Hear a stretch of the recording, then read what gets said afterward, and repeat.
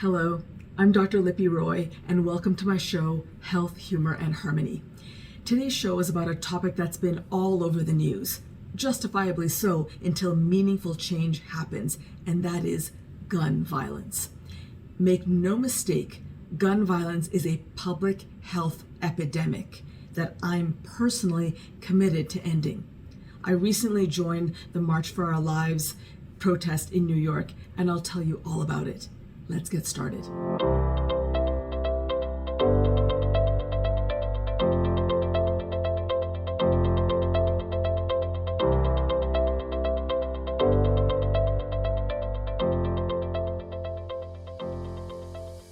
Gun violence affects public safety and physical and mental well-being of all people.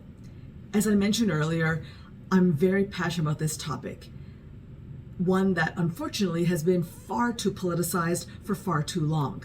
My job as a doctor, public health advocate, and media personality is to use my platform to share evidence, share the science. We know what to do. We just need our lawmakers to act. More about advocacy later. Last Saturday, I joined thousands of people, children and adults, at the March for Our Lives protest in New York. We walked along the Brooklyn Bridge in solidarity for gun violence survivors and to advocate for common sense gun laws. There is so much grief related to gun-related harms. Yet I am so inspired by the many activists, including youth organizations, advocating for gun safety. Hey, hey, NRA, how many kids have you killed today? Hey, hey, NRA, how many kids have you killed today? Hey, hey, NRA, how many kids have you killed? So why is gun violence a health issue that directly impacts you, as well as doctors like me and other healthcare professionals? Let's go through some statistics. How has gun violence changed in recent years?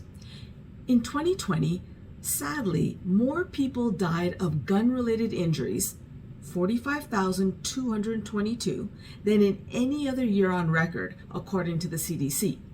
This was a 25% increase from 5 years earlier and a 43% increase from a decade prior. This figure includes gun homicides and gun suicides.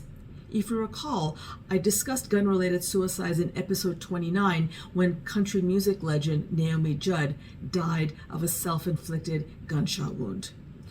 In that episode, I told you that firearms are used in half of all suicide deaths and that a person dies every 22 minutes by gun suicide. Guns aren't the most common method used by suicidal individuals, but they're the most lethal. Almost 90% of suicide attempts with a firearm end in death, compared to less than 3% of cases from drug overdose, the most common method used in suicide attempts. Gun-related murders have climbed sharply in recent years, rising a whopping 34% from 2019 to 2020.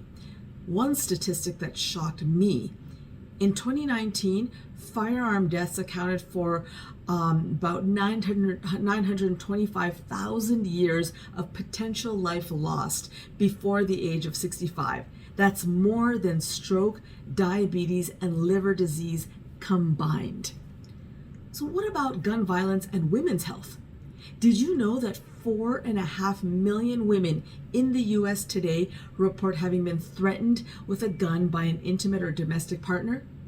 More than 1 in 3 women report experiencing abuse from a partner in their lifetime. Intimate partner violence, which also increased during the COVID pandemic, is a major public health problem affecting the physical and mental health of millions of women in the US, as well as their children and loved ones. So why is gun violence a public health issue crisis in the United States? The burden of gun violence in the US population significantly outpaces that in similar countries like France and Australia. In a study of 24 high-income countries, 91% of children under 14 killed by firearms were from the United States. Gun violence also disproportionately impacts racial and ethnic minorities. Black Americans are 2 times more likely to die and 14 times more likely to be wounded by guns compared to their white counterparts. The reality is that gun violence is not inevitable. It can be prevented through evidence-based public health approaches that can keep families and communities safe. Violence is contagious, and it can run rampant throughout a community. Primary prevention, like surveillance methods to track gun-related deaths and injuries, can help researchers gain insight into the causes of gun violence. Identifying risk factors for gun violence like poverty or depression is critical. This data can then be used to develop and implement public health interventions to protect all neighborhoods, especially vulnerable populations. On a national level, common sense gun interventions such as universal background checks and banning assault weapons can reduce the number of gun violence incidents in the US. So, how can you get involved?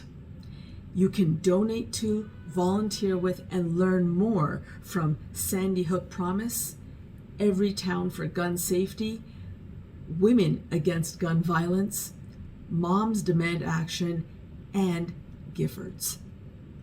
You can also get involved in a gun violence protest just like I did. Search by zip code for protests in your area. Well, that's all for today. Tune in this Friday when I delve into blood disorders. Be sure to subscribe to my YouTube channel, write comments below, and follow me on Instagram at Health Humor Harmony Dr. Roy. Be well. I'll see you soon.